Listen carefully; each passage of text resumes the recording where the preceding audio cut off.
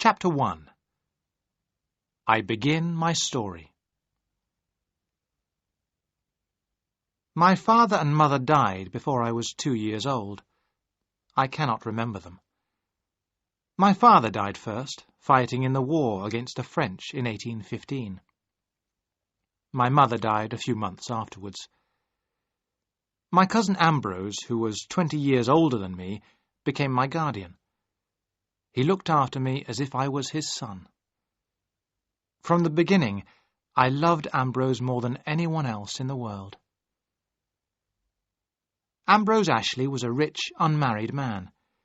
He lived in a beautiful old house in the west of England.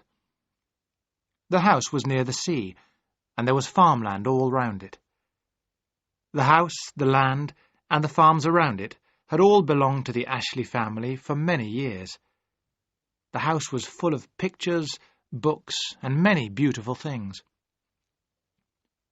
Ambrose was a gentleman of leisure. He was not a businessman.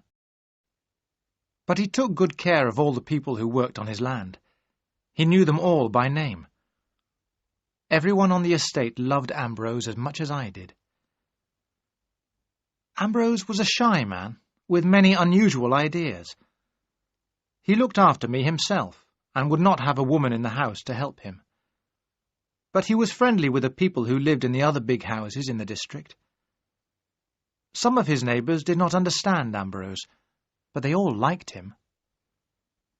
As I grew older, Ambrose and I became more like brothers. We were both tall, shy men, with long arms and legs and big feet. We both had thick, curly hair, although Ambrose's hair was darker than mine. We enjoyed doing the same things. We often rode our horses through the beautiful woods and fields near the house. When the weather was good, we sailed our boat on the sea, fished or swam. There were no female servants in the Ashley house. Ambrose said he did not want women in the house. And as I grew older, I agreed more and more with his ideas. The big house was not very clean or tidy, but it was comfortable, and we both loved it. The servants looked after us well, and the food and wine were always good. Ambrose and I often sat together after dinner, drinking wine in the light of our candles. Then we sat in the library beside a bright fire. The walls of the library were covered with shelves full of beautiful books. On Sundays, we always went to church. After breakfast, the carriage took Ambrose and me to the church in the village. All the servants came to church too. On Sunday evenings, we had an early dinner. Usually, some of our neighbours would eat with us. When I was old enough, Ambrose taught me how to look after his land and his people. I was his heir. The house and the land were going to be mine when Ambrose died. But I never thought that Ambrose would die. We both expected that he would live for many years. Our days together passed in a calm happiness. But sometimes changes come into people's lives that they do not expect. Things happen to us that we can do nothing about. My dear cousin Ambrose is dead. That is why I am writing this story. My cousin Rachel is dead too. And who was my cousin Rachel? You must read my story to find the answer to that question. I know who killed Rachel, but I do not know how my dear Ambrose died. Was he killed too? I shall never be able to answer that question. I shall never know the answer. Perhaps you who are reading this can decide. You must be my cousin Rachel's judge, and mine too. I, Philip Ashley, am only 25 now. Most of my life is in front of me. But the only people I shall ever love are dead. I cannot live with my thoughts any longer. I must write down everything that happened, everything about Ambrose, my cousin Rachel, and myself.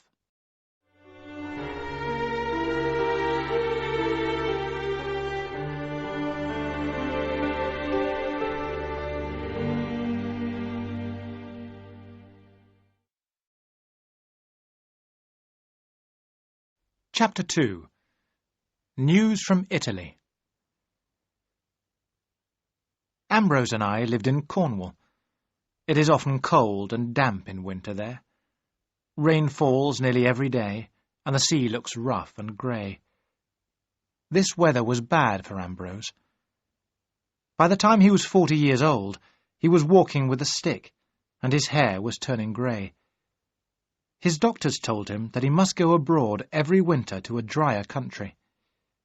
If he did this, he would become stronger, and he would live to be a healthy old man. I was 22 when Ambrose went abroad for the third winter. I had left university, and I was old enough to look after the estate by myself. This time, Ambrose was going to Italy. He wanted to see the beautiful gardens of Rome and Florence. Ambrose loved his own gardens, and everything he planted grew well there. Now he was planning to bring back many unusual plants and trees from Italy. The evening before Ambrose left for Italy, we sat together in the library as usual. We were both smoking our pipes, and our long legs were stretched out in front of us. We were wearing old, comfortable clothes, and the fire was burning brightly. The dogs were sleeping at our feet. We sat in silence for a while, and then Ambrose said, "I wish you were coming with me tomorrow, Philip." "Why not?" I replied quickly. "I could soon be ready." "Yes, Ambrose, let me go with you." Ambrose smiled. "No," he said. "We can't both be away. Someone must look after the estate. Forget I asked you." "You are feeling well, aren't you?" I asked. "You haven't any pain?" "Of course not, Philip," Ambrose replied. "The trouble is that I love my home too much. I don't want to leave." Ambrose stood up and walked towards the windows. He pulled back the heavy curtains and looked out into the darkness. "You must promise to look after the gardens for me, Philip," he said. "What do you mean?" I asked. "You will be back here in the spring." "Yes, I will," Ambrose answered slowly. "Take care of things while I'm away, Philip. You are very young, but I need your help. You know that. And everything I have will be yours." Suddenly I felt afraid. "Ambrose, please let me go to Italy with you," I said again. "No, Philip, that's enough," Ambrose said with a smile. "Go to bed." That was all. We did not discuss the matter again. Early the following morning, Ambrose left for Plymouth, our nearest big port. He was going by ship to the south of France. From there, he would travel by coach to Italy. The weeks passed slowly for me. They always did when Ambrose was away. But I had plenty to do, and if I was lonely, I rode my horse into the nearest town or visited our neighbours. The first letter from Ambrose arrived in the middle of November. He was well and happy. The journey by ship had gone well. At Christmas, Ambrose wrote to say that he had reached Florence. It was in this letter that he wrote about his cousin Rachel for the first time. He told me that our family and her family were related. Rachel's father and mother were both dead. Rachel's husband, an Italian count, had died too. She lived alone near Florence in a big house called the Villa Sangaletti. Rachel had planted the gardens of the villa herself, and they were famous for their beauty. I was glad when I read this letter. Ambrose had found a friend who loved gardens as much as he did. The winter in Europe was very bad that year, and snow covered the roads. Because of this, the next letter did not arrive until the early spring. In this letter, Ambrose told me more about his cousin Rachel. She had found him somewhere to stay near her villa. "My cousin Rachel is a very intelligent woman," Ambrose wrote. But thank God she doesn't talk too much. Her gardens are beautiful. The weather is getting warmer, and I'm spending a lot of time in them. My cousin Rachel is pleased to have an English friend, and I'm giving her advice about business matters. She has very little money. Because I have helped her, my cousin Rachel has helped me find many beautiful plants. I will bring them home with me. I was surprised by this letter. Ambrose had never shown any interest in a woman before, but I was glad that he was well and happy. There were a few more letters, but Ambrose did not say anything about returning to Cornwall. Then, at the end of April, I received the letter that changed my whole life. Dear boy, I don't know how to begin to tell you. My cousin Rachel and I were married 2 weeks ago. I do not know why she has chosen me, but we are very happy together. I love her, Philip, and I am sure you will love her too. She is kind and good. Tell our friends about my marriage, Philip, and remember, it will never change my feelings for you. Write soon and send some words of welcome to your cousin Rachel. I could not believe it. I took the letter out in the gardens and walked slowly down to the sea. I sat there and read the letter again. I felt lonely, angry, and very unhappy. I was already jealous of this woman, my cousin Rachel. I knew that my life would never be the same again. I told all the neighbours about Ambrose's marriage, but I did not speak to anyone about my feelings. To my surprise, all our neighbours were very happy at the news. "It's the best thing that could have happened. When are they coming home?" people said. But I did not know. Ambrose had not written anything about when he would come back. Our nearest friends were Nick Kendall and his daughter Louise. Nick Kendall was nearly 60 years old. He was my godfather. His wife was dead. Louise was a little younger than me, and people said she was pretty.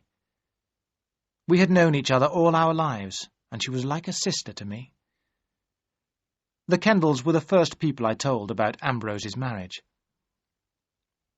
Nick Kendall was a lawyer. When he heard the news, he looked at me carefully. "You will have to start looking for a house, Philip," he said. At first I did not understand. "What do you mean?" I asked in surprise. "Well, Ambrose and his wife will want to be together," Nick Kendall told me. "They may have children. I am sure Ambrose will buy you a house of your own, and you may get married yourself. There are many pretty girls in the district." He went on talking, but I did not hear what he said. I had never thought I would have to leave my home. I hated my cousin Rachel. What was she like, this woman who was completely changing my life? Was she pretty or plain? Old or young? In the middle of May, I received another letter from Ambrose. He said that he and my cousin Rachel were staying in Italy for the summer. I was so happy. Thank God, this woman was not going to come to the house yet. I began to enjoy life again. The summer passed and winter came. Ambrose did not return. He continued to write to me, but his letters changed. I began to feel that he was not happy. The summer and autumn were very hot in Italy that year. Ambrose was having terrible headaches. He had never had headaches before. But he said nothing about coming home. The second winter passed, and then the spring. Ambrose had been married for more than a year now. Many weeks passed, and I did not receive a letter. I began to worry. At last, a letter came in July. But it made me more worried than before. I got on my horse at once and rode over to Nick Kendall's house to show him the letter. The writing was so bad that we could hardly read it. Ambrose wrote to say that he had a terrible illness. He wrote about his fear of Italian doctors and of a man called Rinaldi. He also seemed to be afraid of his wife, Rachel. "These are the words of a very sick man," Nick Kendall said slowly. "A man whose mind is very disturbed. You do not know this, Philip, but Ambrose's father died of a tumour of the brain. In the last weeks of his life, he was sometimes like a madman. I hope that Ambrose—" Then Nick Kendall looked at me and said, "I think you had better go to Italy, Philip. You must find out what is happening." I knew immediately that I had to go to Italy. I did not look forward to the long journey in a strange country. I could not speak French or Italian, but I knew I had to go. I went home and got ready to leave. Seacombe, our head servant, was going to look after the house while I was away. I did not tell him about Ambrose's illness. I was in the carriage ready to leave when a last letter arrived from Ambrose. It was very short and almost impossible to read. "For God's sake, come quickly," Ambrose had written. "Rachel, my torment has won. I am dying. Come quickly, or it will be too late." I began my journey with a terrible fear in my heart. It was the 10th of July. I knew I could not reach Ambrose until the middle of August.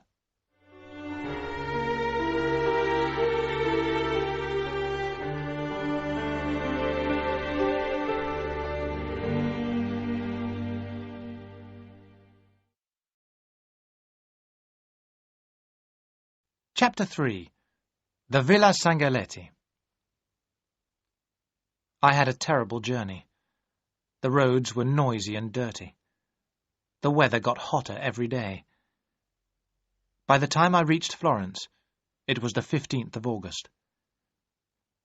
I found a room in a hotel and washed and changed my clothes. When I went out again, the streets were full of people. It was about 4 o'clock in the afternoon and still very hot. I stopped a carriage. "Villa Sangalletti," I said to the driver. He nodded and pointed up the hill. The horse pulled the carriage slowly up a long, twisting road.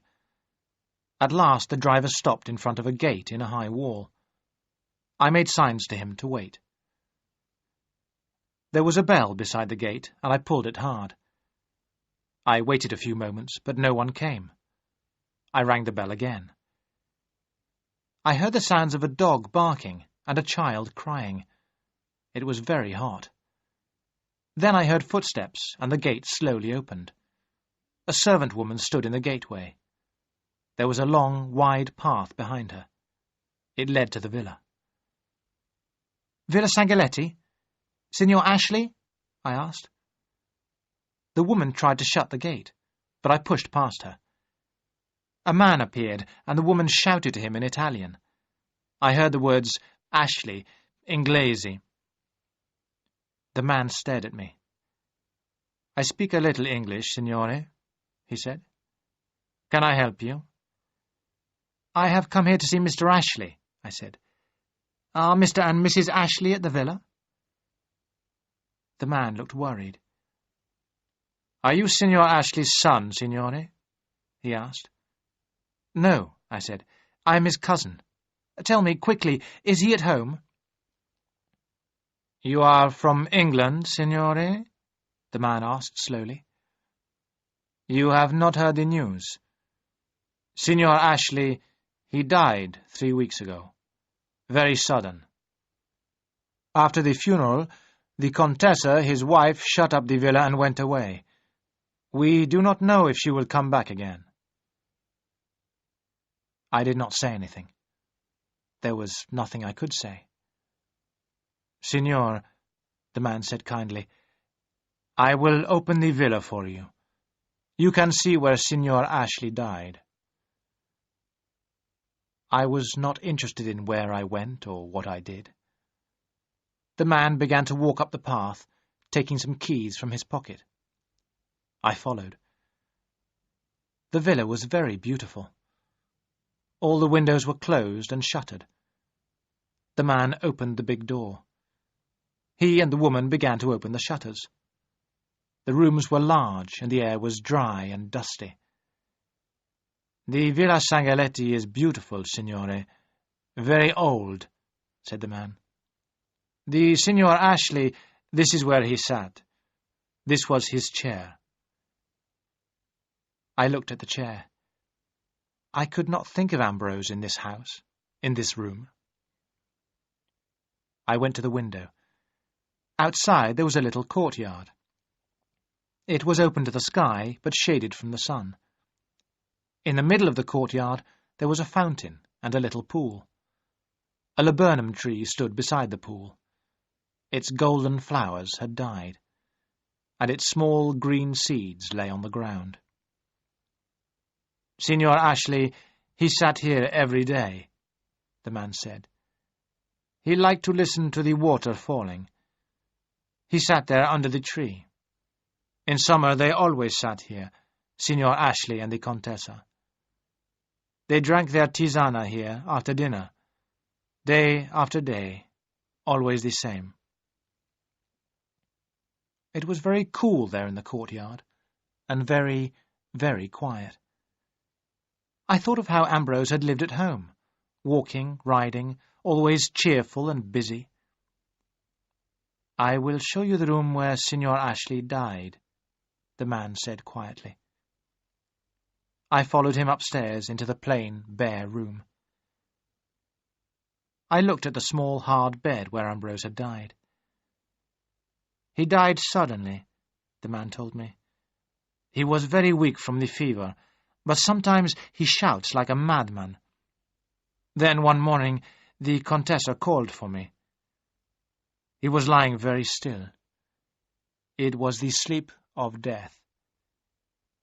He had a peaceful face. The pain and the madness had all gone." "Madness? What do you mean?" I said.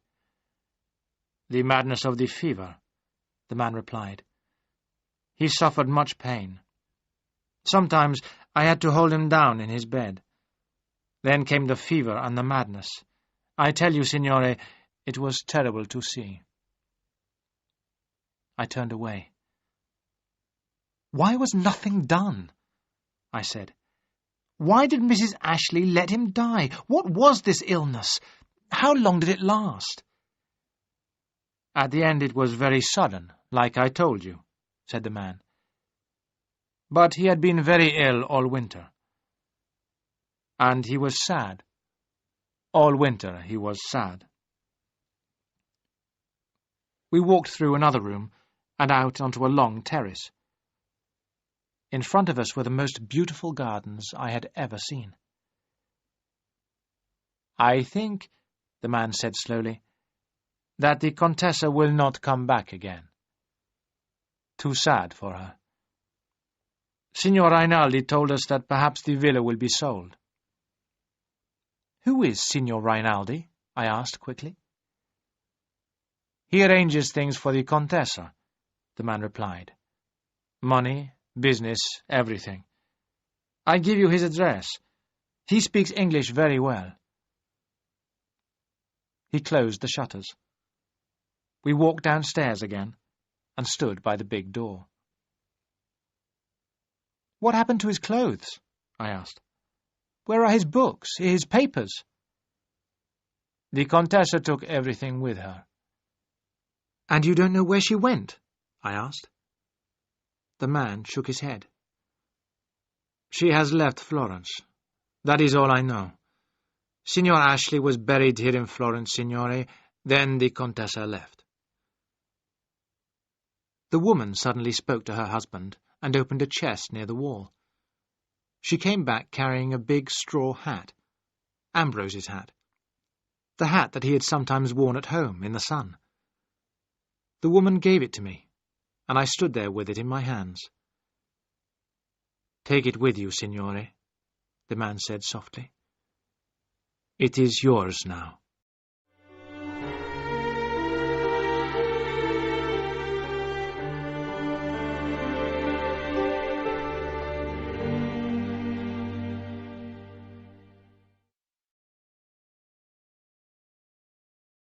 Chapter 4. I Meet Rinaldi. On my journey back to Florence, I thought of only one thing. I had to speak to Signor Rinaldi. He must know more about Ambrose's death. The servant at the villa had given me Signor Rinaldi's address. I found the house at last in a quiet, dark street. Signor Rinaldi was at home, and a servant took me to his room. Rinaldi looked surprised when he saw me. He was a thin man, about 40 years old, with a proud, hard face. "My name is Ashley. Philip Ashley," I said. "Yes," Signor Rinaldi answered. "Will you sit down?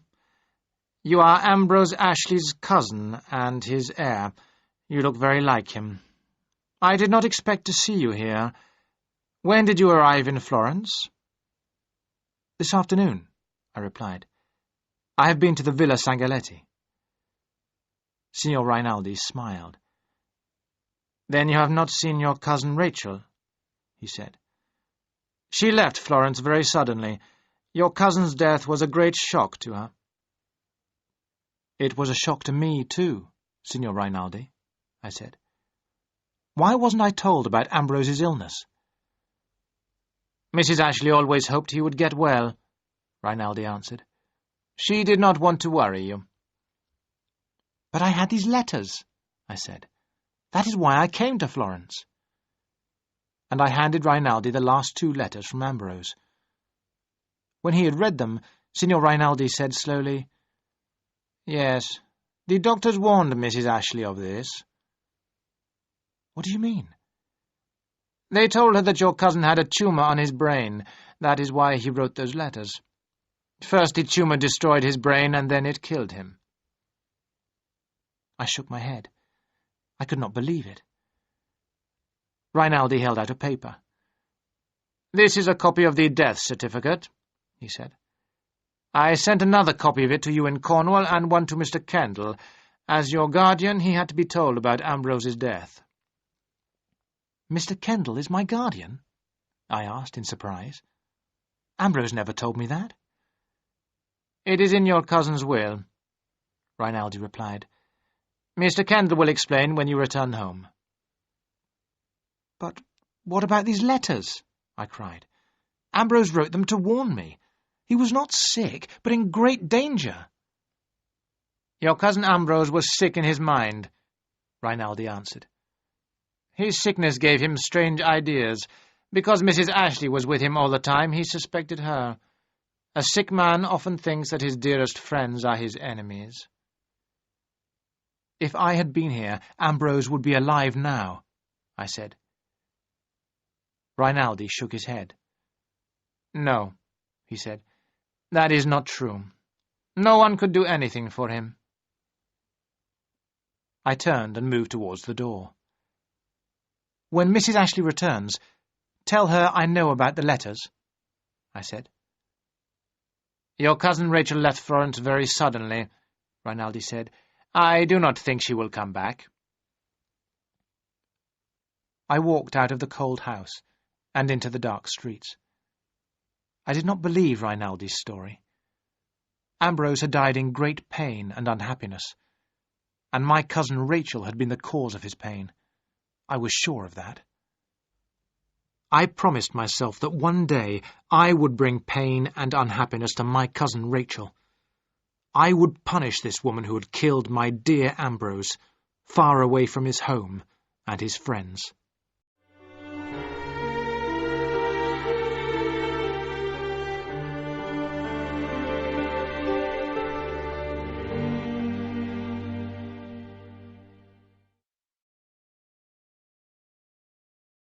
Chapter 5. An Argument and an Arrival. I arrived home in the first week of September. I had sent letters, and the servants were already dressed in black. My journey to Italy seemed like a dream. I was glad to be home. I was responsible now for the house and estate. I had to look after them as Ambrose had done. I wanted to do my work well. My godfather, Nick Kendall, visited me as soon as I got back. He brought his daughter Louise with him. Nick Kendall had come to explain Ambrose's will to me. "The house and the estate will be yours when you are 25, Philip," he told me. "But for the next 7 months I am your guardian. If you want money, you must come to me. Of course, I hope one day you will marry. This place needs a woman, Philip." "I want no woman," I said. "Ambrose married, and it killed him." "My cousin Rachel left Florence the day after the funeral," I went on. "Signor Rinaldi told me. She took all Ambrose's things with her like a thief." "You must not call your cousin's wife a thief," Nick Kendall said. "If Ambrose had changed his will when he married, everything would now belong to her. I am surprised that your cousin Rachel has not made a claim." "A claim?" I cried. "But she was the cause of Ambrose's death." "Nonsense, Philip," said Nick Kendall. "Ambrose died of a brain tumour. That is why he wrote those terrible letters." "I don't believe it," I said.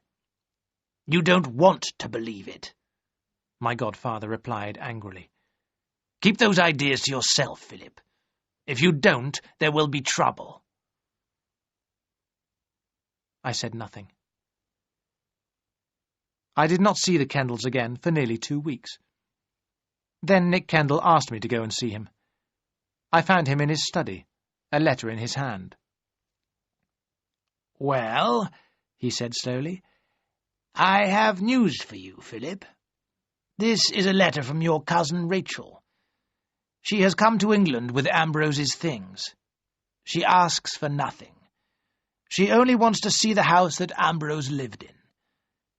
She is in a strange country without a friend. You ought to see her, Philip."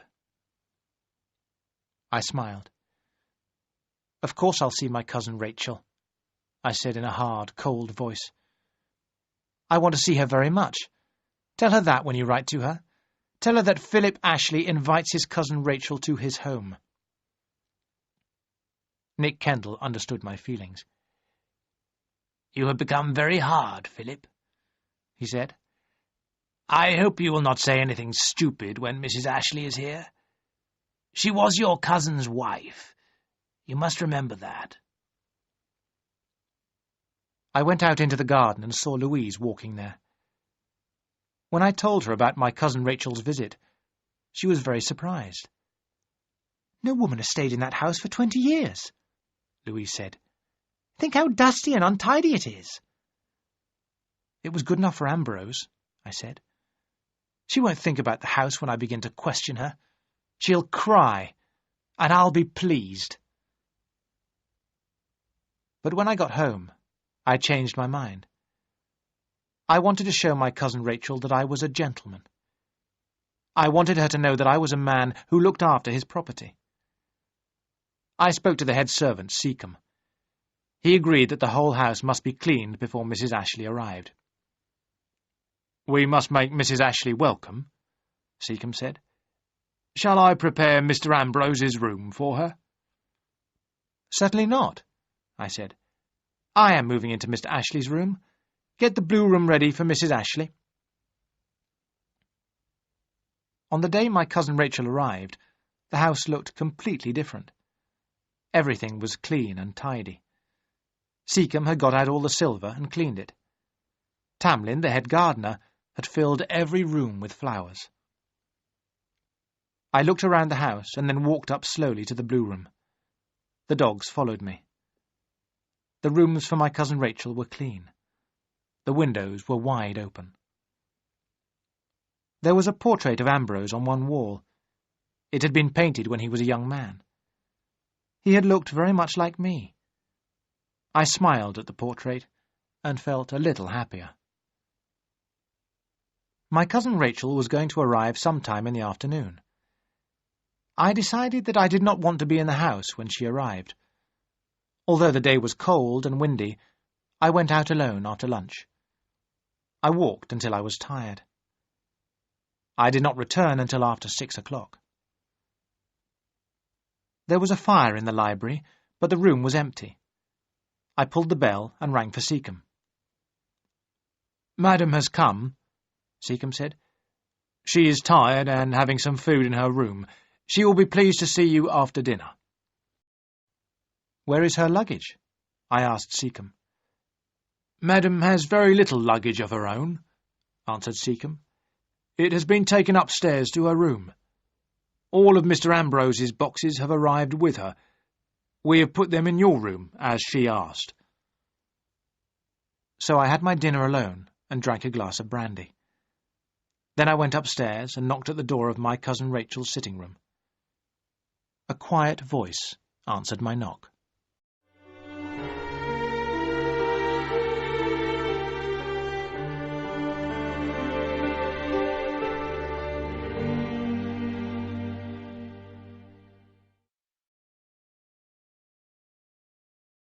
Chapter 6. Tea with my cousin.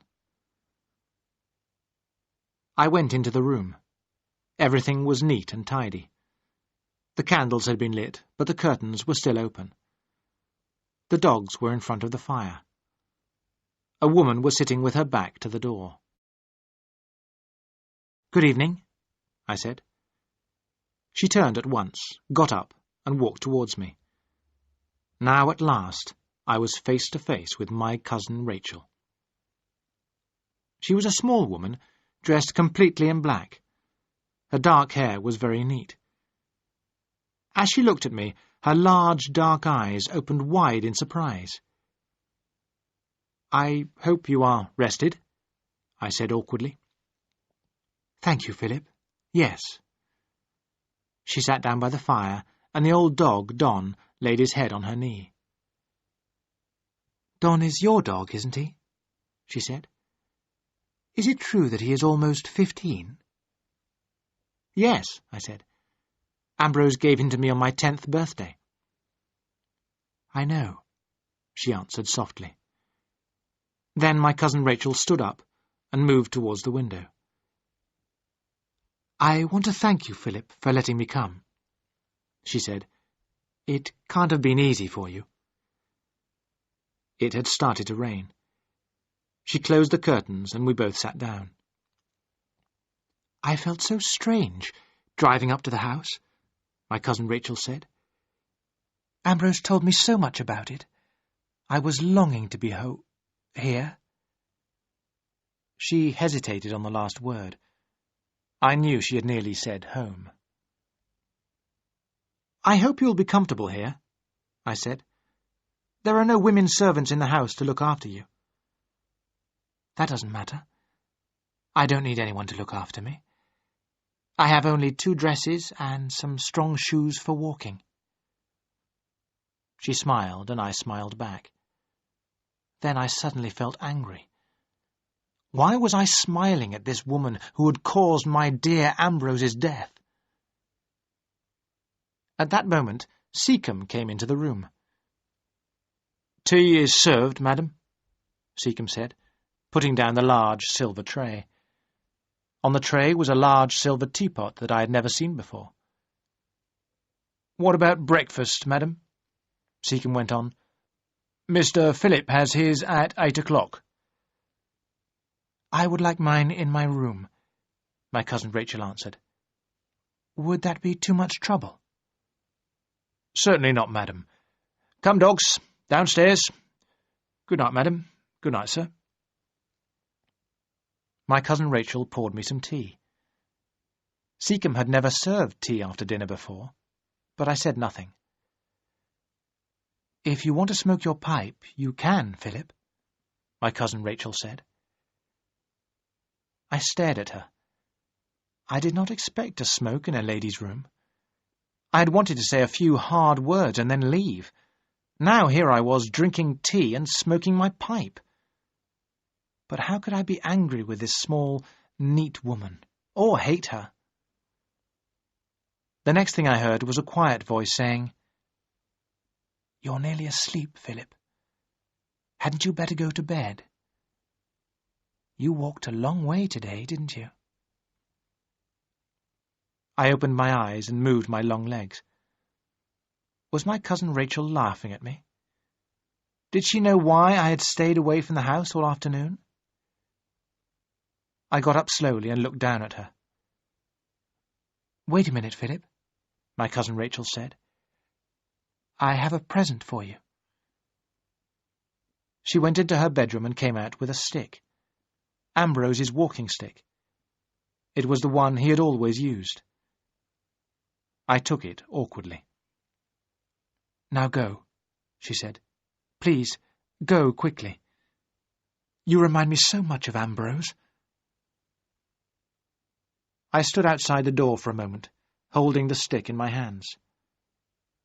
Had this woman really killed Ambrose?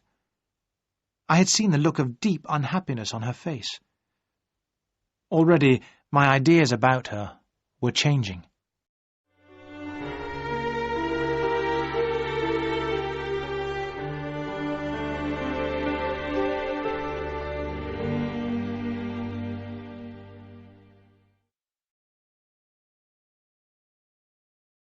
Chapter 7.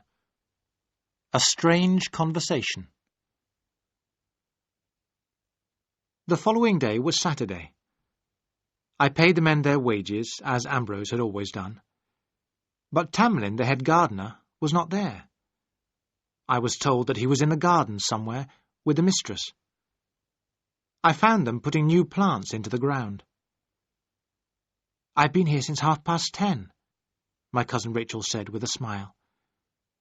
"These are some of the plants Ambrose and I found in Italy. I had to put them into the ground quickly. Tamlin has been helping me." "And I've learned a lot of things this morning, Mr. Philip," Tamlin said.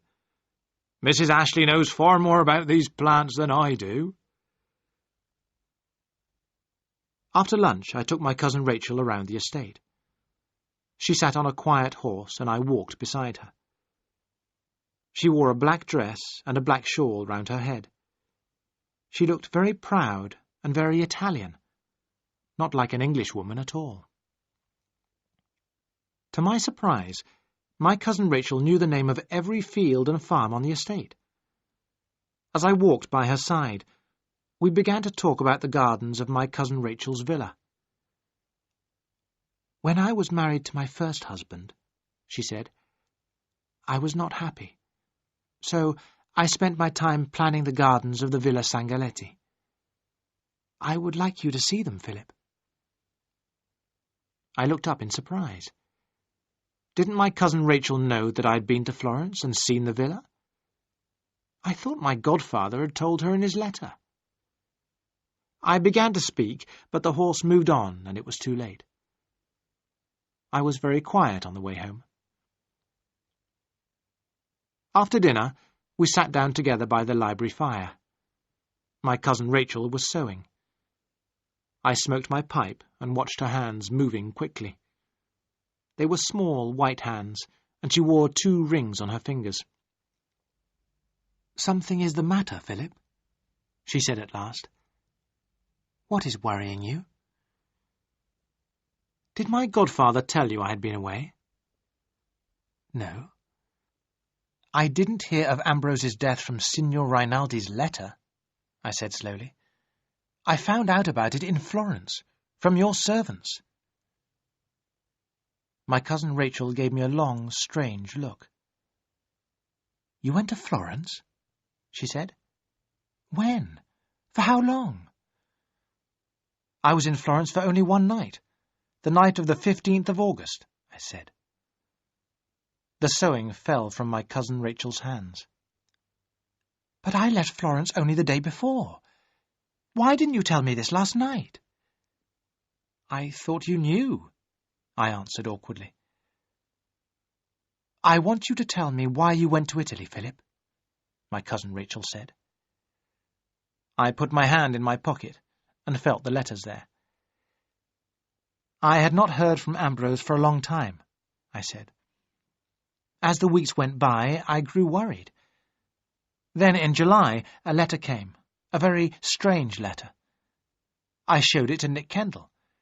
He agreed that I should go to Florence at once. As I was leaving, there was another letter. I have them both in my pocket. Do you want to see them? Not yet. Tell me what you did in Florence. I went to the Villa Sangalletti. When I asked for Ambrose, the servants told me he was dead. You had gone away. They showed me the room where Ambrose had died, and gave me his hat. It was the only thing you had left behind. My cousin Rachel sat very still. Go on, she said quietly. I went back to Florence, to Signor Rinaldi. He told me about Ambrose's illness. He did not know where you were. I left for England the following day. There was silence, and then my cousin Rachel said, May I see the letters now? She read them over and over again. At last she handed them back. Then my cousin Rachel looked deep into my eyes. How you must have hated me, Philip, she said. At that moment, I felt that my cousin Rachel knew everything. She knew everything I had been thinking about her all these months. Yes, I have hated you, I said slowly. Then why did you ask me here? To accuse you of breaking his heart, perhaps? A kind of murder? I wanted to make you suffer, to watch you suffer. You have your wish, she said. Her face was very white, and her dark eyes were full of tears. I stood up and looked away. I had never seen a woman cry before. Cousin Rachel, go upstairs, I said. But she did not move. I took the letters from her hands and threw them in the fire. I can forget, I said, if you will too. Look, the letters have burnt away. We can both remember what Ambrose wrote, my cousin Rachel replied. But it's better if I say nothing more. I cannot explain. Let me stay until Monday, then I will go away. Then you can either forget me or go on hating me. At least we were happy today, Philip. But I do not hate you now, I said. I hated someone I had never met. Even before those letters came, I hated Ambrose's wife because I was jealous. Ambrose is the only person I have ever loved. You took him away from me, and I was jealous of you. Love can do strange things to people. I know that, my cousin Rachel answered. Love did strange things to Ambrose, too. He was 43 when we met, and he fell in love. He was like someone who had been asleep all his life. His love was too strong. It was too strong for me and too strong for him. It changed him, Philip. What do you mean? I asked. Something in me made Ambrose change, she replied. Sometimes I made him happy. Sometimes I made him sad. Then he became ill. You were right to hate me, Philip.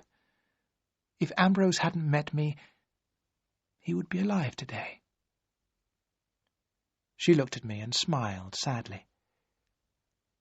Perhaps I was jealous of you too, Philip, she said. He was always talking about you. Sometimes I grew very tired of hearing your name. She stopped talking and picked up her sewing. If you wish, we can talk again tomorrow, my cousin Rachel said. Then on Monday I shall leave. Nick Kendall has invited me to stay in his house. But I don't want you to go, I said. There are so many things to do together. As I looked down at her, her eyes seemed to see through me and understand all my thoughts. Light me a candle, she said. I must go to bed. Then she stood above me on the stairs, looking down at me. You don't hate me any more? She asked. No. And are you still jealous of me, or is that forgotten too? My cousin Rachel laughed. "I was never jealous of you," she said. "I was jealous of a spoilt boy whom I had never met." Suddenly, she bent down and kissed me. "Your first kiss, Philip," she said. "I hope you like it." I watched her as she walked up the stairs, away from me.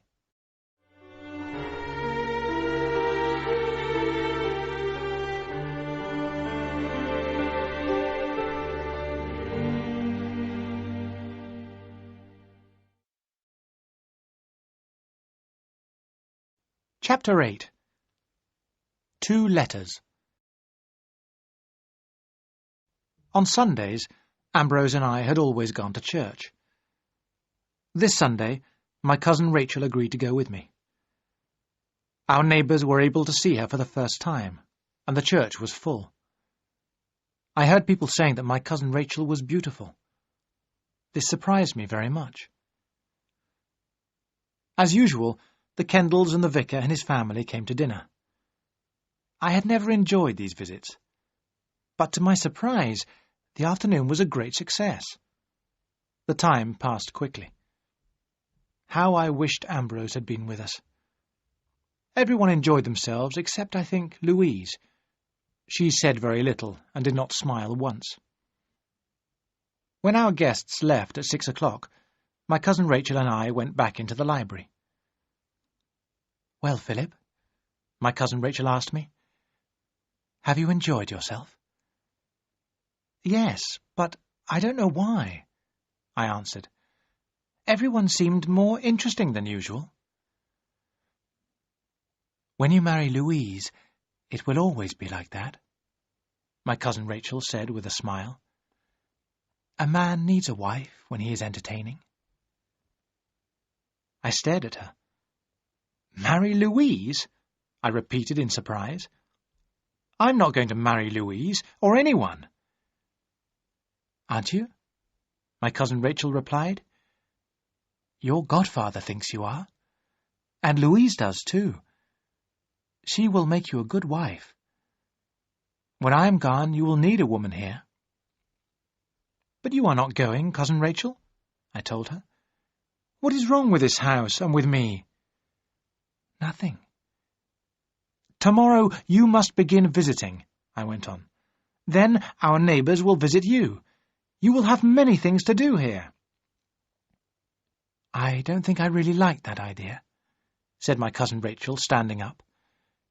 "It would be better if I gave your neighbours Italian lessons. I am a poor widow, and shall need money soon." I laughed. "Then you must marry or sell your rings." I knew at once that I had been very rude. It was true that my cousin Rachel had nothing. She could not live without money. I called the dog and went out into the garden. I felt very stupid, and I stayed away from the house until it was dark. As I was walking, I had an idea.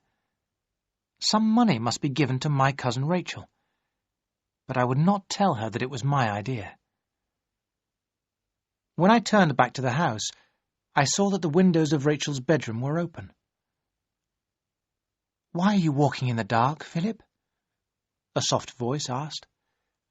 "Are you worried about anything?" "Why, yes," I answered. "I'm afraid you must find me very rude and stupid." "Nonsense, Philip. Go to bed." Something fell at my feet. It was a flower. The window was closed quietly.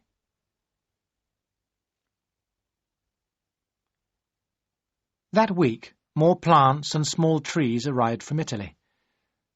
On Thursday morning, I rode over to Pellin, my godfather's house. My cousin Rachel was in the garden with Tamlin. She told me that she and the gardeners would be busy until the afternoon. I wasted no time, and I was in my godfather's study by 10 o'clock. "My cousin Rachel must have some money," I said. "She is talking about giving Italian lessons. That is impossible." Nick Kendall looked pleased. "I'm glad you want to help Mrs. Ashley," he said. The bank can pay some money to her every quarter. How much do you suggest?" When I told him, my godfather looked surprised. "That may be too much, Philip," he said slowly. "Ambrose would have wanted me to be generous," I said. "Write me a letter for her, and write a letter to the bank." "You are as impulsive as Ambrose," Nick Kendall said. But he wrote the letters. "I will take the letter to the bank," I said, "but I don't want Cousin Rachel to know that I have arranged this. Will you send a servant to my house with a letter for her?" Nick Kendall agreed. As I was leaving, I saw Louise. "I can't stop," I said at once.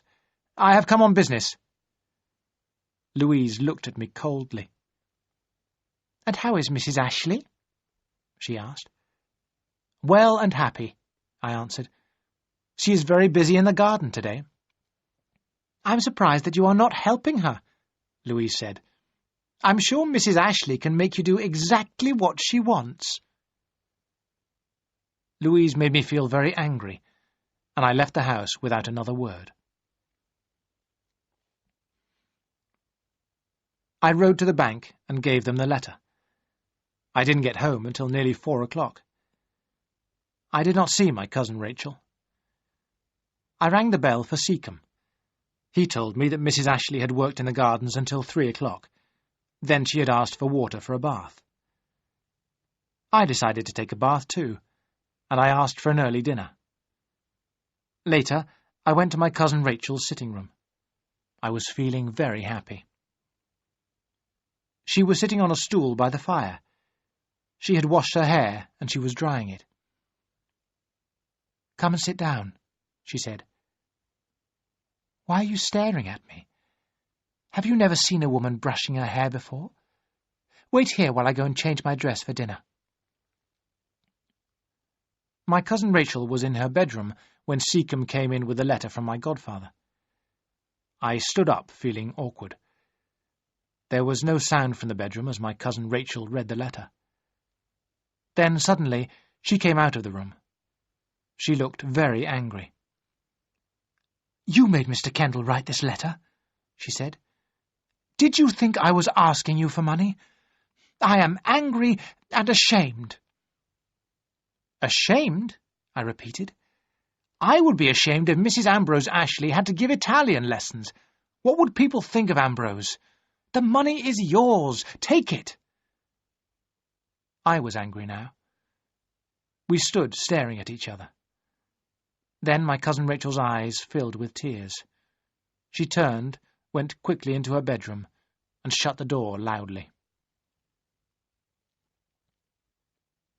That night I had dinner alone.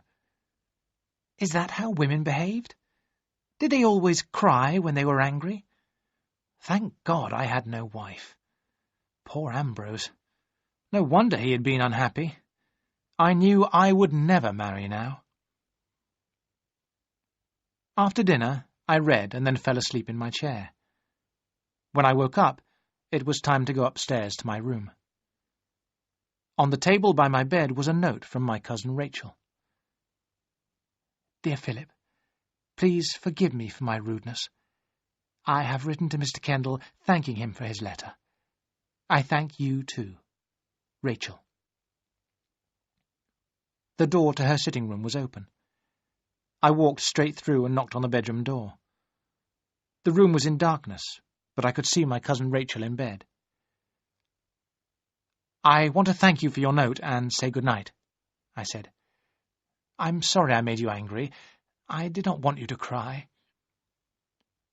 "I cried because of what you said about Ambrose," she said.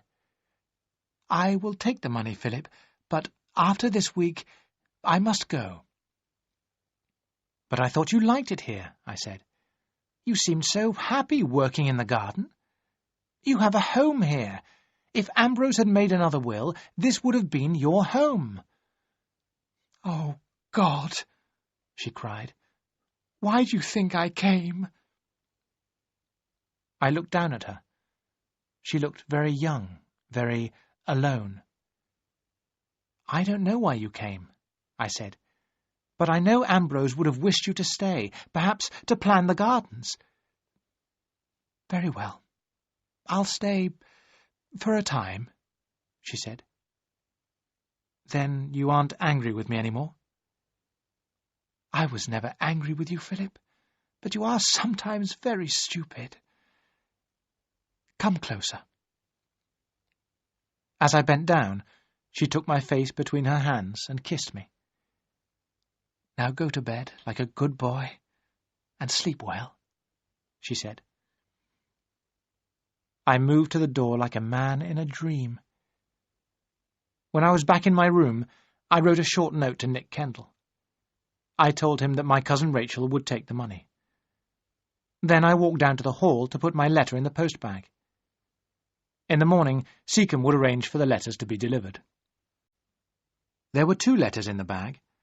Both had been written by my cousin Rachel. One was addressed to my godfather, Nick Kendall.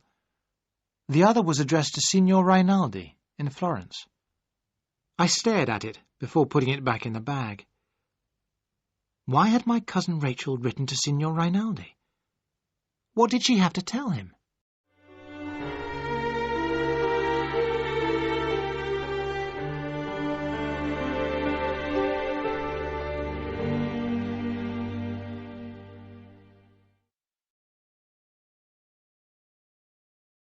Chapter 9.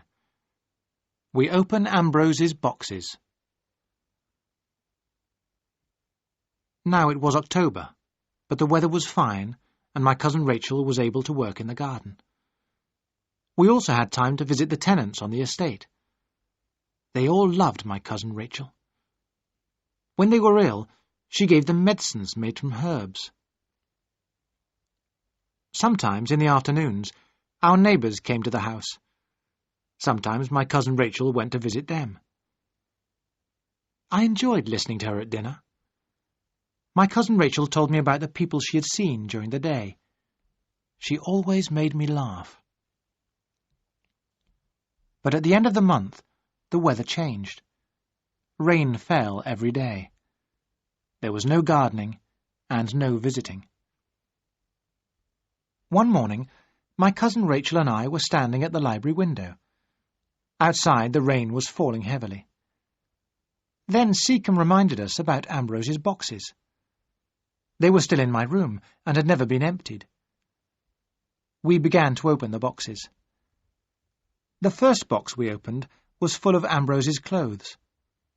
Suddenly my cousin Rachel was crying. Then she was in my arms, her head against my chest.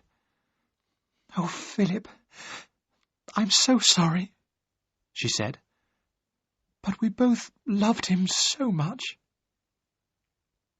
I moved my lips against her hair. "Don't worry, Rachel," I said. "I'll do this." It was the first time I had called her by her name. She stopped crying, and we continued to unpack the boxes. We decided to give Ambrose's clothes to the tenants on the estate. Then we began to look at the books. As I opened a book on gardening, a piece of paper fell out. It looked like part of a letter written by Ambrose. "She cannot stop spending money," I read. "It is like an illness. If this goes on, my dear Philip, she will spend everything. You must tell Kendall in case—" "What have you there?" my cousin Rachel said suddenly. "That is Ambrose's writing." "It's nothing," I said, and threw the piece of paper on the fire. We continued our work in silence.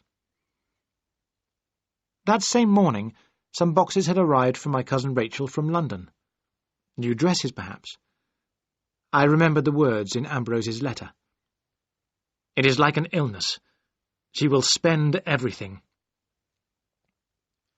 After dinner, when we went to the library as usual, the most beautiful blue and gold cloth lay over the chairs. "Do you like it, Philip?" my cousin Rachel asked.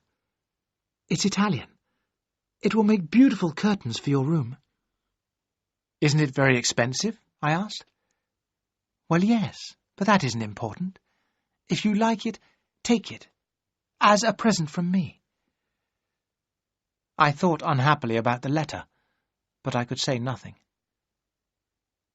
As we sat by the fire, my cousin Rachel began talking about her life in Italy. She spoke of the time before she had met Ambrose. I was listening with the greatest interest when she suddenly said, "What was on that paper you threw in the fire, Philip?" "It was from a letter," I said. "Ambrose was worried about money. I can't remember exactly." The worried look went from Rachel's eyes.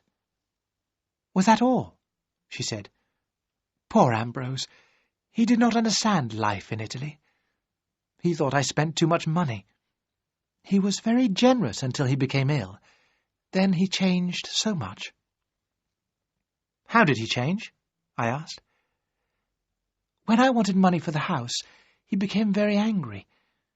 In the end, I had to ask Rinaldi for money to pay the servants. When Ambrose found out, he refused to have Rinaldi in the house. It was a terrible time. I did not want to tell you about it, Philip. Ambrose was so ill. He trusted no one. You wouldn't have known him." "That is all over now," I said. "Don't make yourself unhappy. You cannot bring Ambrose back. This is your home now." My cousin Rachel looked into my eyes. "You are so like him," she said. "Sometimes I am afraid. You must not change too." I took her hands in mine. "I will never change," I said. "And we must remember Ambrose as he used to be. This house belongs to all three of us now." "You are very good to me, Philip," my cousin Rachel said as she moved to the door. "I hope that one day you will be as happy as I was with Ambrose at the beginning." She went to bed, and I sat alone by the library fire. My terrible jealousy had returned. But now I was jealous of Ambrose. I was jealous because of the love that my cousin Rachel had given him.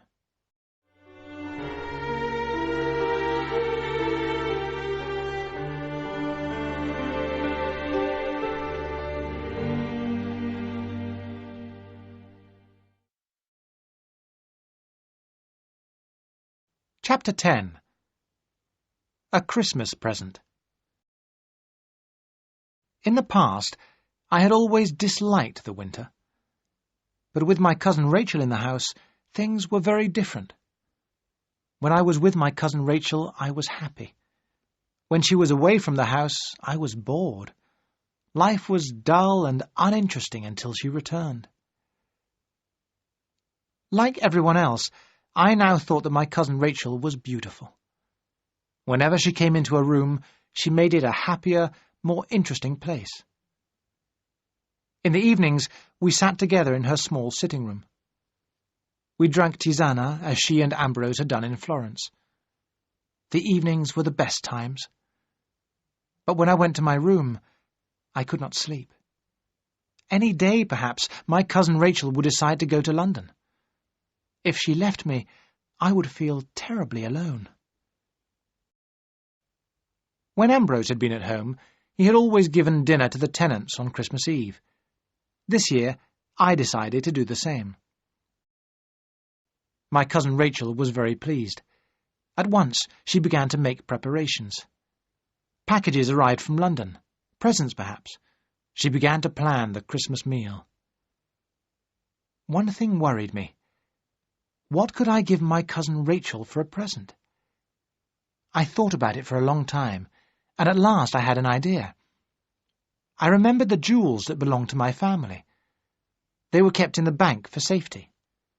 In 3 months' time, on my birthday, they would be mine. But I did not want to wait that long, and I remembered that Nick Kendall had gone to London. I went to the bank that day and asked the manager to show me the Ashley jewels. They were very beautiful, blue, green, and red. But my cousin Rachel always wore black. She could not wear coloured jewels with morning clothes. Then I saw the collar of pearls. How beautiful the white pearls would look on my cousin Rachel's neck. "Your mother was the last woman to wear this collar," the manager said. "All the brides of the Ashley family wear it on their wedding day." I put out my hand and took the collar. "I will take this with me," I said. The manager looked worried. "The pearls are not yours until the 1st of April, he said. "I don't think Mr. Kendall would like you to take them away." "I'll speak to Mr. Kendall," I said. I put the collar in its box and stood up. I knew the pearls were the right present for my cousin Rachel. I felt very excited. Then, at last, it was Christmas Eve.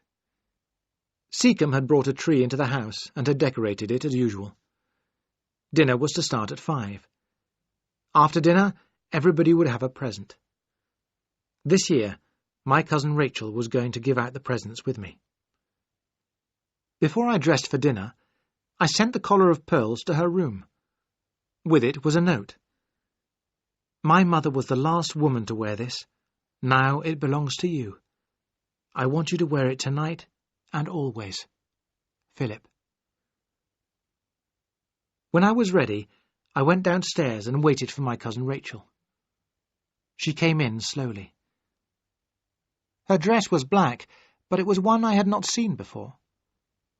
The collar of pearls was round her neck. I had never seen her look so happy or so beautiful. She put her arms around me, and then she kissed me. She kissed me not as a cousin, but as a lover. This is what Ambrose died for, I thought, and for this I would happily die too. She gave me her hand, and we walked in to dinner. At first, I thought this was going to be the happiest evening of my life. I remember the food, the noise, and the excitement. My cousin Rachel had bought everyone a small present, carefully chosen. Mine was a gold chain for my keys with our initials, P.A.R.A., hanging from it. Our plates and glasses were filled, emptied, and filled again. Then we gave everyone a present from the tree. When dinner was over, I spoke to my godfather, Nick Kendall, for the first time that evening. "Good evening, sir, and Happy Christmas," I said. Nick Kendall looked angry, and he said nothing. He was staring at the collar of pearls around my cousin's neck. Then, at last, the tenants had all left. Louise and my cousin Rachel went upstairs, and I found myself alone with my godfather. "I have some bad news from the bank," he said. "The manager tells me that Mrs. Ashley is already several £100 overdrawn. I don't understand it. She must be sending money back to Italy." "She is very generous," I said. "And there were debts in Florence, I think. You must give Mrs. Ashley more money." Nick Kendall looked unhappy. "There is something else, Philip," he said. "You should not have taken that collar of pearls. It is not yours." "It will be mine in 3 months' time," I said quickly. "My cousin Rachel will take good care of it." "I am not so sure," Nick Kendall said. "I have been hearing stories about Mrs. Ashley and her first husband. They were both well known for their bad lives. They spent money carelessly." "That can't be true," I cried. "True or not," my godfather replied, "I'm afraid that collar must go back to the bank." "But I gave it to my cousin Rachel as a present. She has a right to wear the collar." "Only if Ambrose had lived," Nick Kendall said. "That collar of pearls is worn by the Ashley brides, no one else.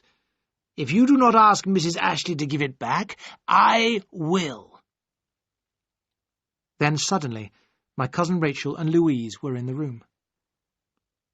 "You are quite right, Mr. Kendall," my cousin Rachel said.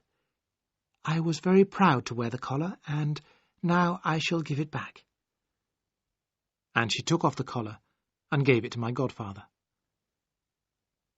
"Thank you, Mrs. Ashley," he said. "And now Louise and I must go. We wish you both a happy Christmas." When they had gone, my cousin Rachel held out her arms. I went up to her. "I'm so sorry," I said. "Everything has gone wrong. My mother wore those pearls on her wedding day. That is why I wanted you to have them. Don't you understand?" "Of course I do, Philip, dear," she said. "If Ambrose and I had been married here, he would have given them to me on my wedding day." I said nothing. My cousin Rachel had not understood. I was thinking of another wedding day, a wedding day in the future.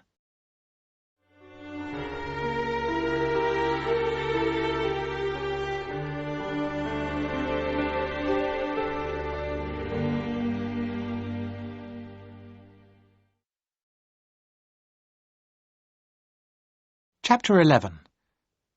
Rinaldi again. The new year began, and my birthday on the 1st of April was 3 months away. How I wanted to have control of my own money. I was tired of Nick Kendall being my guardian. However, I could spend money on the house. I decided to make it beautiful for Rachel. There were many repairs to be done. From January, I had nearly 20 men working for me. The bills for the work were sent to my godfather. Rachel and I had many plans for the gardens, too. Work had started on a sunken water garden. We had found the design for the water garden in one of Rachel's books. Because there were so many workmen in the house, we could not have visitors. My cousin Rachel and I stayed quietly at home, and I was very happy. I loved to watch Rachel move about the house. I loved to hear her voice. When her hands touched me, my heart beat faster. The first days of spring came, and the sun shone. Then something happened which took all my happiness away again. I had kept one of Ambrose's old coats to wear myself. One day, as I was walking in the woods, I felt something in a pocket. It was another letter from Ambrose. I was pleased that I was alone. I walked on until I reached the highest place on the estate. Ambrose had always loved to sit there. I sat down and held the letter in my hands. I did not want to open it. I was afraid that Ambrose had written something bad about Rachel. We were so happy together now that I wanted to forget the past. But at last I opened the letter. It had been written 3 months before his death, but he had never posted it. My cousin Rachel, Ambrose wrote, had been expecting a child, but it had died. The doctors told her that she could never have another child. At first, Rachel was quiet and unhappy. Then she began to spend money carelessly. Ambrose suspected that Rinaldi was in love with her. For these reasons, Ambrose had not signed his new will, in which he left everything to Rachel. Ambrose also wrote about his terrible headaches. He told me about the fever which at first made him violent. Then it made him very weak. Ambrose was very unhappy, and he had written, "You are the only person who can help me, Philip. Are Rachel and Rinaldi trying to poison me for my money? I must know." I hid the terrible letter under a large stone, and walked slowly back to the house. I could not forget Ambrose's words, but I decided that Rachel must never know about the letter. In 3 weeks' time, the estate and all the money would be mine. But this was not right.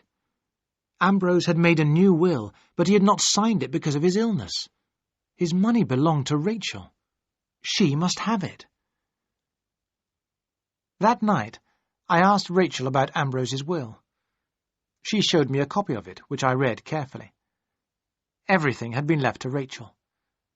Then, if she had died without children, everything was to be mine. "Why did Ambrose not sign this will?" I asked. "Tell me, Rachel." "I don't know," she answered quietly. "Perhaps when he knew we could not have children, his feelings changed. Perhaps it was only a mistake. But when the headaches started, Ambrose suspected me of terrible things. I can't speak about that time. Please, leave me alone, Philip. I can't answer any more questions. I have reasons for my questions, I said. You will understand in 3 weeks' time. By the following morning, I had made up my mind. I rode into the town and, with the help of a lawyer, wrote out a document. In 3 weeks' time, all my property would be given to Mrs. Rachel Ashley. The jewels would belong to her too. But she would not be able to sell the house or the land. I have one question, the lawyer said. Mrs. Ashley is quite a young woman. What will happen to the property if she marries again? I thought for a moment. The house and the estate must always belong to the Ashleys. If she marries, I said, or if she dies, the property becomes mine again. That must be made clear. I told the lawyer that the document must be kept secret. He promised to send me a copy on the last day of March. I felt very happy as I rode home. My dear Rachel would never leave me now.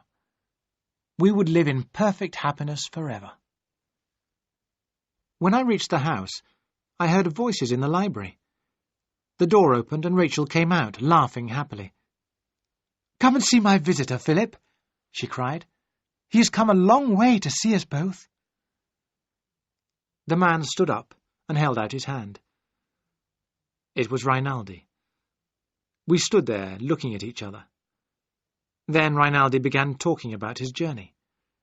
Rachel suggested that he should stay in the house for a few days. I could say nothing. During dinner, Rachel and Rinaldi talked about people and places I knew nothing about. Often they spoke in Italian, and I could not understand a word. At last, Rachel stood up and said, "You must excuse us, Philip. Rinaldi and I have some business to discuss. He has brought papers I must sign." They went upstairs, and I walked alone in the gardens. I felt cold and unhappy. I stayed outside until the light went out in Rinaldi's room. I had just reached my own room when there was a quiet knock on my door. "I came to wish you good night," my cousin Rachel said. "Why didn't you come and drink tisana with us, Philip? You must make Rinaldi welcome. He is a very old friend of mine." Rinaldi stayed with us for 7 days. As he laughed and talked with Rachel, I began to hate him. When it was time for Rinaldi to leave, he took my cousin Rachel's hand and kissed it. "Write and tell me your plans," he said. "I shall be in London for some time." "I am making no plans until after the 1st of April," Rachel replied with a laugh. Rinaldi smiled.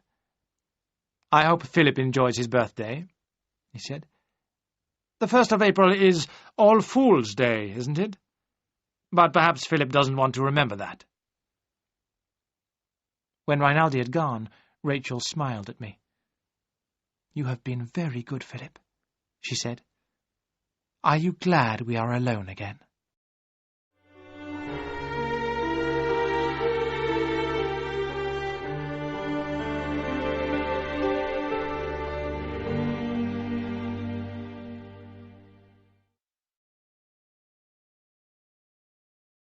Chapter 12.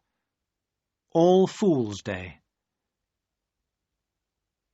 As my birthday came nearer, I became more and more excited. Rachel laughed at me. "You are like a child," she said. "What plans are you making for the day?" But I had made no plans. All I wanted was that Rachel should know about the document. And, one more thing, Rachel should have all the family jewels. I went to the bank myself. I brought them back to the house and hid them in my room. On the last day of March, I rode over to Nick Kendall. First, I handed him a copy of Ambrose's will. My godfather looked at it carefully. "I don't understand why Ambrose didn't sign it," he said. "But we have done all we can for Mrs. Ashley." "I don't agree," I said. "I want to make everything right." And I handed him a copy of the document the lawyer had prepared. "Read this," I said. And remember that my cousin Rachel knows nothing about it." "I wish Signor Rinaldi had seen this," Nick Kendall said slowly. "He told me how careless Mrs. Ashley is with money. This document of yours gives her great power over the property. I have to ask you one question, Philip. Are you in love with Mrs. Ashley?" My face went red. "I am only doing what Ambrose wanted," I said. "Perhaps," Nick Kendall answered. "But people are talking. Mrs. Ashley should leave, get married again. She might marry you if you asked her." "I'm sure she would not," I said. Nick Kendall watched me sadly as I signed my name on the document. "There are some women who bring sadness to all those who love them," he said. "They cannot help it. I think Mrs. Ashley is one of those women." The sun was setting as I rode home. I bathed, changed my clothes, and went into the dining room.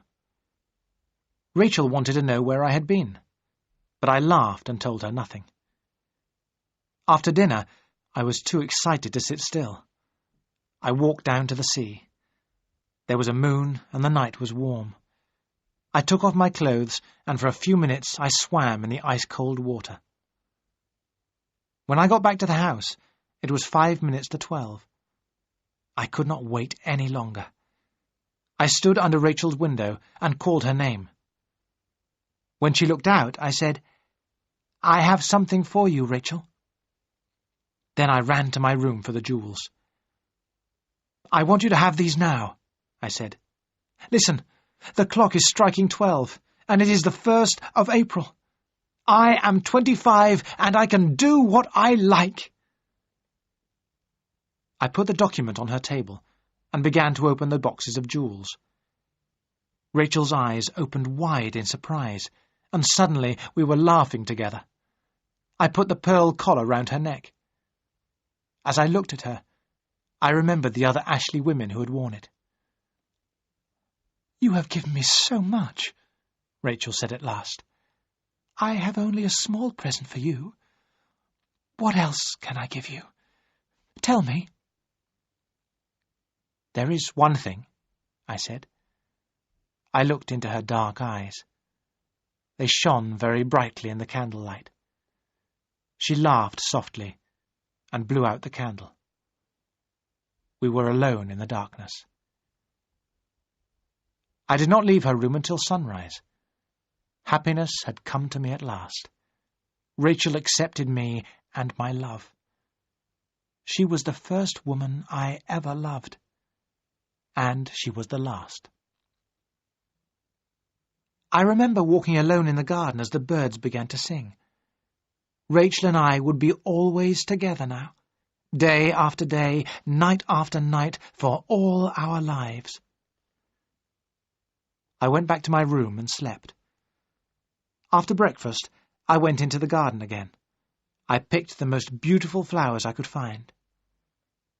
Rachel was in bed eating her breakfast. I threw the flowers on the bed in front of her. "Good morning again," I said. "I have come to say one thing. I love you." Rachel looked up at me without smiling. "You should not come into my room so early," she said. "The servants will talk." I smiled, but said nothing. I went downstairs. I wanted to tell the servants that Rachel and I were going to be married. Then I decided that we would tell them together, later. I walked in the gardens until it was time for Rachel to leave her room. The day was fine, and I decided we should go out riding. But when I got back to the house, Rachel had already left.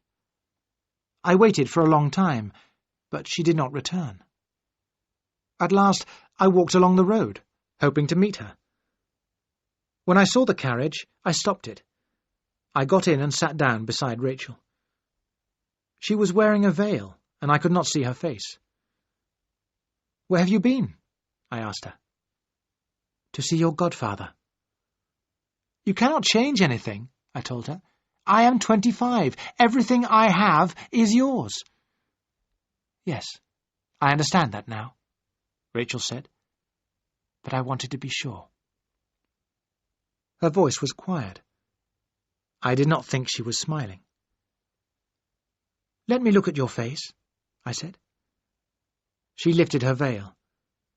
There was no love in her eyes now. I think Louise was a little more friendly today, Rachel said. She will make you a good wife. We made plans to meet in London together. I looked at her in surprise. It was unkind of her to make jokes about Louise. And why was Rachel talking about London? We had made no plans to go there. Come into the woods, Rachel, I whispered. I want to kiss you so much. She did not answer, but took something out of her bag.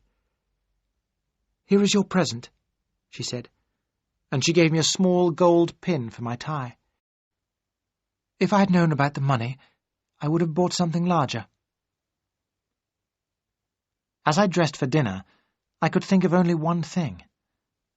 Money is the one way to please her. The one way to please her.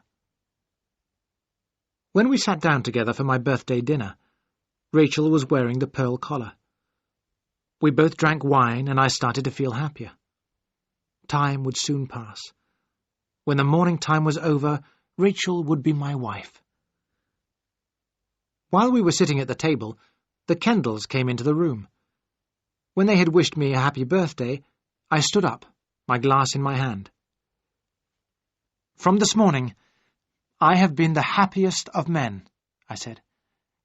I want you to be the first to know. Rachel has promised to be my wife. I smiled at them all, but Rachel's face was hard and cold. Have you gone mad, Philip? She said. She looked at the Kendalls. You must forgive him. He has drunk too much wine. I am sure he will apologize. Rachel got up, and the others followed her out of the room. I stood without moving until I heard them leave the house. When Rachel came back, we stared at each other without speaking. Then Rachel said, You had better go to bed, Philip, before you say any more foolish things. Foolish, I repeated. But last night... Surely you love me, Rachel. Last night you proved that you loved me. It was a promise of marriage. No, Philip, I had no thought of marriage. I was thanking you for the jewels, that was all. There was no love. I looked at her hard, cold face. I began to understand what Ambrose had suffered. She had everything. What else could I do? Suddenly, I wanted to frighten her, to show her my strength. I put my hands round her neck, and I looked into her eyes. Will you marry me now? I whispered. Her dark eyes were full of fear, but she did not speak. I loosened my fingers. There were red marks on her white skin. Rachel turned and went upstairs. I followed her, but she was too quick for me. She closed her door and locked it. As I stood there, I saw myself in a mirror on the wall. There I stood, tall, awkward, white-faced. But was it myself, or Ambrose standing there? As I lay in bed, I heard the clock strike midnight. All Fool's Day was over.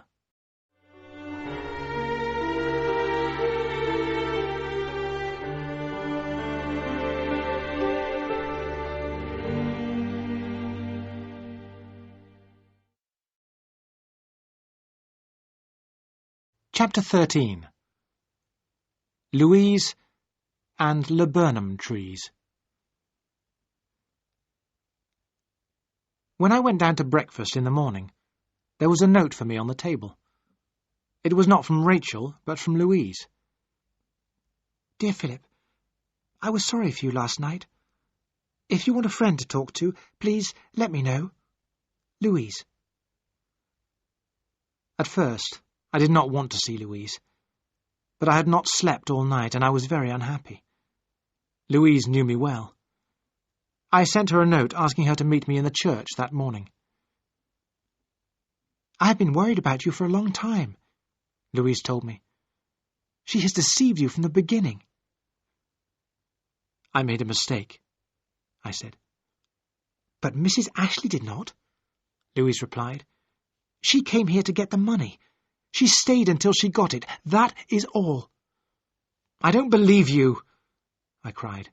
"She came on impulse. She stayed because she was happy here." "No, she had a plan," Louise replied. "She has been sending money back to Italy all the winter. She waited until you were 25, but then you made her a present of everything. You made things easy for her." "I know you don't like Rachel," I said. "That is why you are saying these things. But I have asked her to marry me, and I shall go on asking her." "But she will never marry you," Louise said with a sad smile. "When you gave Mrs. Ashley the document, she went straight to my father. She asked him if everything now belonged to her. My father told her that that was true. But he warned her that if she married again, she would lose the money. She told him she had no plans to marry again." "But if she marries me, she will lose nothing," I said. "She would not be able to go back to Italy or send money there," Louise said quietly. She looked at me and said, "I will go now, Philip. I have upset you deeply. I am very sorry." As I rode home, the rain began to fall heavily. When I got back, I was cold and wet. There was a note from Rachel in my room. "I have asked Mary Pascoe to stay here with me. After last night, I cannot be alone with you again." Mary Pascoe, the vicar's daughter. Mary Pascoe was a large, plain girl. Rachel and I had often laughed about her. I could not believe it. But it was true. This was the punishment for my one moment of anger. Whenever I was with Rachel, Mary Pascoe was there too. Oh, God, what had I done? By dinner time, I was feeling very ill. I went upstairs to my room. I got into bed, and the sheets felt very cold. I hoped that Rachel would come to me, but she did not. In the morning, I tried to dress, but I was too weak. My neck was stiff, and there was a terrible pain in my head. When I called for Seacombe, he took one look at me and hurried out of the room. Then my cousin Rachel was there, her face very white. "I will not hurt you, Rachel," I said. "Please, send Mary Pascoe home." "Don't talk now. Lie still," Rachel answered. Then the room was dark. The doctor came. I was hot, then cold. I called for Rachel, and she held my hand. "I am with you," she said. I closed my eyes. When I awoke, the room was full of light and warmth. How long had I been asleep? Rachel was sitting near my bed. I put my hand to my face. "I have grown a beard," I said. I began to laugh. At once, Rachel was holding a glass to my lips. She made me drink the bitter liquid. "Have you sent Mary Pascoe away?" I asked. Rachel looked surprised. "She went away 5 weeks ago," she answered. "You have been so ill that you nearly died. The doctors could not help you. Your strength and my medicines saved you." I lay there with her hand in mine. I could not speak. 5 weeks had passed, and I could remember nothing. Only that Rachel and I had been married on the day before my birthday. We had kept our marriage a secret. But in 2 months' time, Rachel would be out of mourning, and we would be able to tell everyone. I was very weak for a long time, but the weather was good, and I was soon able to go into the garden. The workmen had been busy for many months. They had dug out the ground to make the sunken water garden. It was very deep, but it was not yet finished. Yellow flowers hung on the laburnum trees that Rachel had planted. I remembered the laburnum tree at the Villa Sangaletti and the green poisonous seeds lying under it. That evening, as Rachel and I were drinking our tisana, I said, "I heard something strange today. Seacombe told me you were going back to Florence. I thought you had sold the villa." "No, I have enough money to keep it now. I shall probably stay there for the winter. Perhaps you could visit me in the spring." "Visit you?" I repeated. "But a husband should be with his wife always." Rachel sat very still. "Your wife? Oh, God, Philip," she whispered. "What do you mean? We are not married." "But we are," I said. "I remember clearly." But as I spoke, the pain returned to my head. I suddenly knew that our marriage was a dream. "Why didn't you let me die?" I cried. "I cannot live here alone. I cannot." I looked at her face. "Give me a few weeks. Only a few weeks," I said. She did not reply.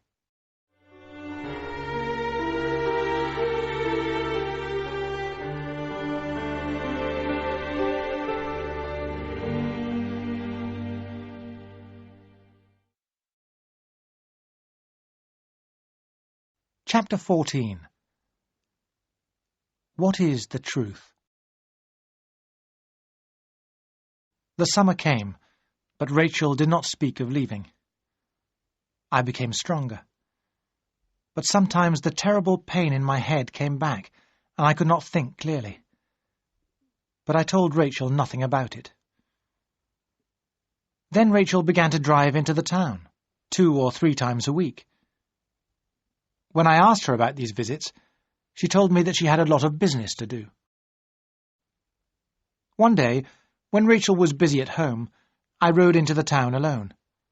It was Saturday, and the streets were full of people. As I walked slowly through the town, a man came out of an inn. He stood in the doorway for a moment, looking up and down the street. It was Rinaldi.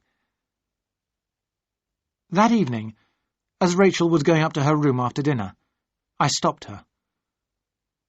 "How long has Rinaldi been in the town?" I asked. "Why is he here?" "Because he is my friend," Rachel answered. "I know you hate him, and do not want him here. Ambrose was jealous of him. Are you, too?" "Yes," I said. "I hate Rinaldi because he is in love with you. Send him away." "Certainly not," she said. "I need him. I will have him here if I wish. The house is mine." In my anger, I took a step towards her. "Don't touch me," she cried. "That is how Ambrose behaved. I can't suffer it again." I turned away. "If you want to see Rinaldi, ask him here," I said. "Don't go secretly into the town to meet him."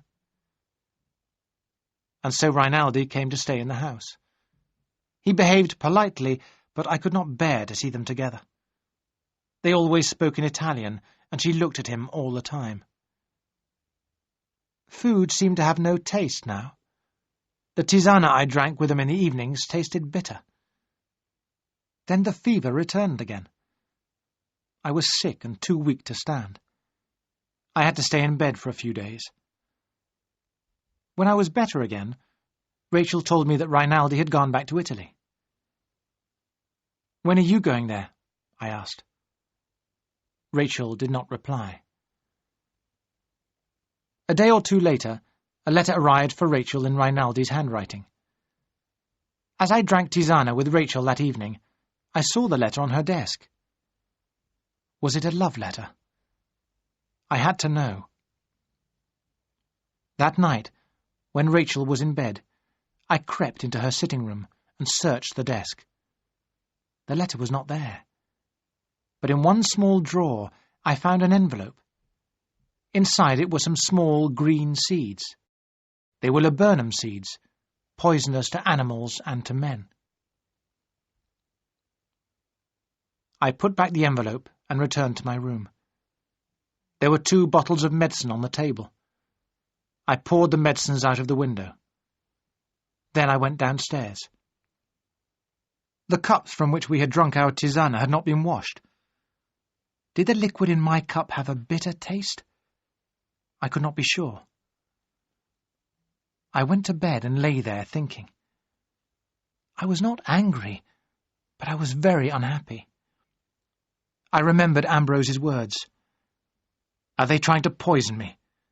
Rachel has won. I am dying. The following day was Sunday.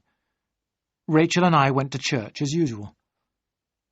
As she sat beside me, her face was calm and happy. I wished I could hate her, but I could not. After church, Rachel went to speak to Mary Pascoe. A workman came out to me and said, "Excuse me, Mr. Ashley, but I wanted to warn you, don't walk on the new bridge over the sunken garden. It is not finished yet. Anyone walking on it would fall and break their neck." "Thank you," I said. "I will remember." At dinner, Rachel was kinder than she had been for a long time. She talked about Florence. She said she would look for a stone statue there to make a fountain for the sunken garden. She made tisana as usual, but I refused to drink it. I would never again drink anything she gave me. "But it is good for you, Philip," she said. "No," I said. "You drink it." "I have drunk mine already," Rachel said. "I will pour this away." We talked together for half an hour or so, and then Rachel said, "I think I shall walk for a little. I want to look at the sunken garden. Will you come with me, Philip?" I shook my head. "Take care, Rachel," I said. "Of what?" she answered with a smile. "There is no danger here, Philip." I sat by the window until it was almost dark. Rachel had not returned. At last I ran out of the house and down to the sunken garden. The bridge was broken. My cousin Rachel lay on the ground below. I climbed down and held her hands in mine. They were cold. "Rachel," I said. She opened her eyes, and I thought she knew me. But she called me Ambrose. I held her hands until she died. You know now who killed Rachel. But how did Ambrose die? Did Rachel kill him? I shall go on asking myself that question until the day I die.